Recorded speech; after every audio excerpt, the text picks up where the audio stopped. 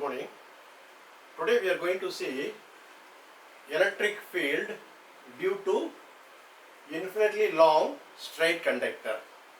Okay, by applying Gauss law. It is one of the application of Gauss law. Okay. Now consider this is a infinitely long straight conductor having positive charge. Okay. Now we are going to consider electric field at a point P.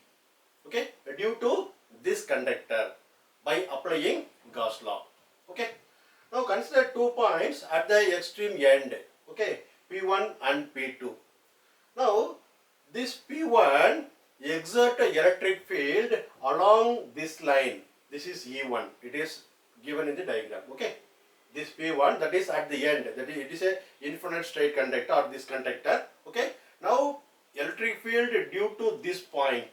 Okay, at our point P is along this line and it is denoted by letter E1.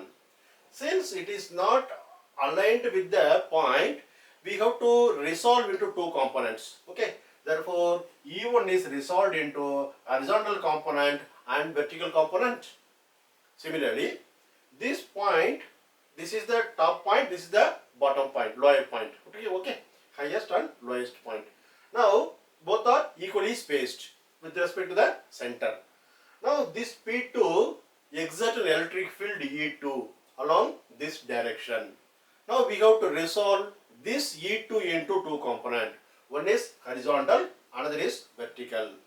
Now see from the diagram, both the vertical component, that means this is a E1 vertical component, E1 vertical component, this is E2 vertical component. Now both are equal and opposite.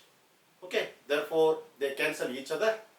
Therefore this horizontal field added up. That means electric field is due to this horizontal component only. Okay, along this line only. Now we are going to apply this concept in finding electric field due to a straight conductor. Okay, that means only this component gives electric field. Okay, this top point and this bottom point will not give. Okay, if it is infinitely long. Now we are going to draw Gaussian surface. Okay, after that we are going to apply. See, this is the straight conductor. The same straight conductor in a different form I have given. Okay, the same diagram only. Now I have made Gaussian surface because what is Gauss law? Gauss law deals with the electric flux, and electric flux should be in what condition? A charge should be there and we have to consider one surface and charge should be enclosed in that container. Okay, therefore we are assuming or we are imagining one outer surface for this lengthy conductor. Okay, if it is a point charge, we can consider a sphere. But it is a lengthy conductor, therefore we imagine a cylinder. Therefore this cylinder is the Gaussian surface for us. Okay, now our conductor is enclosed in this Gaussian cylinder. Okay, now the length of the conductor is, assume it is L. Okay, and positive charge is given. Positive charge given is Q. Okay, our point at which we are going to determine electric field is at P, which is at a distance R. Okay, which is at a distance R. Now this point and this point will not come into effect because we have seen both are cancelling. Only horizontal field is giving electric field effective. Okay, therefore now we have to apply Gauss law for this. Now before that, you know electric flux formula, mathematics formula. That means electric flux or electric field. Okay, first you put electric flux, then you go for this. Okay, because you are going to find electric field only. Therefore put electric flux in the left hand side. Electric flux equals E surface integral of, okay, ds. Okay, this is the mathematical expression for electric flux.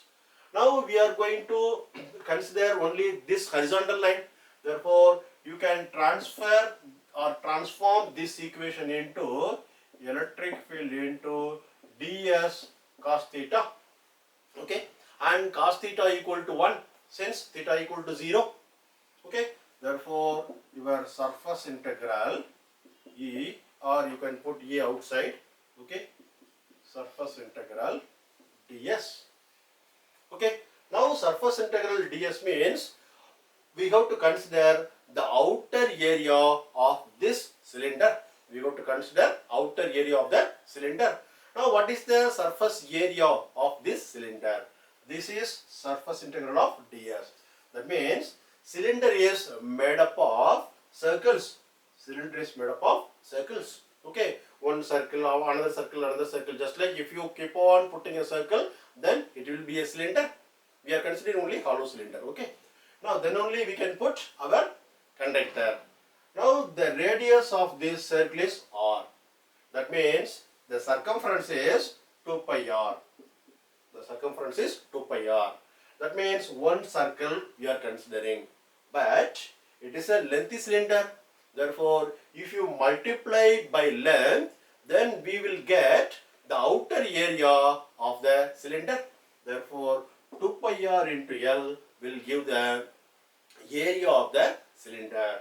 Therefore, you will get E into 2 pi r L. That means for surface integral of ds. Okay, surface integral I already told you. Okay, that means we are considering the area. That for that only we are putting surface integral. Integration, and if you put one circle, then it is called surface integration.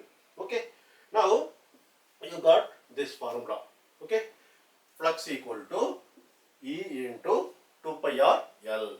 Now we have not applied Gauss law. Now you apply Gauss law. Okay, you consider this equation 1 and you consider this equation 2. Okay, now according to Gauss law, you have to write according to Gauss law, flux phi equals Q by epsilon 0. This is Gauss law, equation 3. Okay, according to Gauss law, flux phi equals Q by epsilon 0. Now equation 2 and equation 3, left hand side both are flux. Now you have to equate equation 2 and 3. Equate equation 2 and 3. That means what do you get? You are going to consider electric field. Therefore, always keep electric field left hand side. Okay. E dot 2 pi r L. That means equating 2 and 3. Okay. Equating equation 2 and 3. E dot 2 pi r L, which is equal to Q by epsilon 0. Q by epsilon 0. Okay. Now you got the result. Okay. Now what you have to do, this is also you can consider, but in books what they are doing is they are putting lambda. Lambda means linear charge density. Okay. Linear charge density means if it is a some length L, already we have L.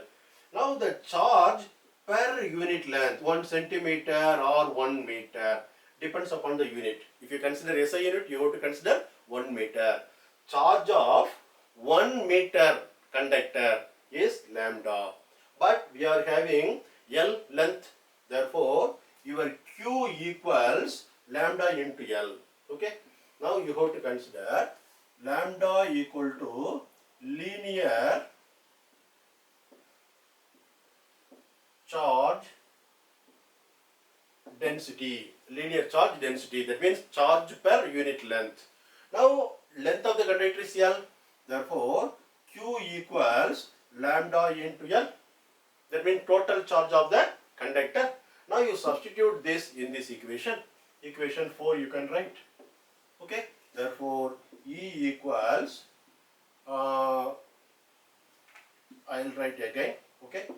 Dot 2 pi r L equal to lambda L divided by epsilon 0. Okay. Now you take this 2 pi r L to the another side. Therefore, E equals lambda L divided by 2 pi RL epsilon 0. Okay. Now you cancel this L and L. Now what do you get?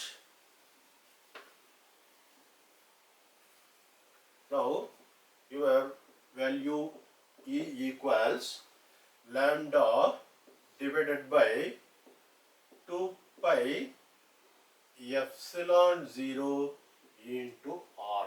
Okay, because LL cancel 2 pi R epsilon 0.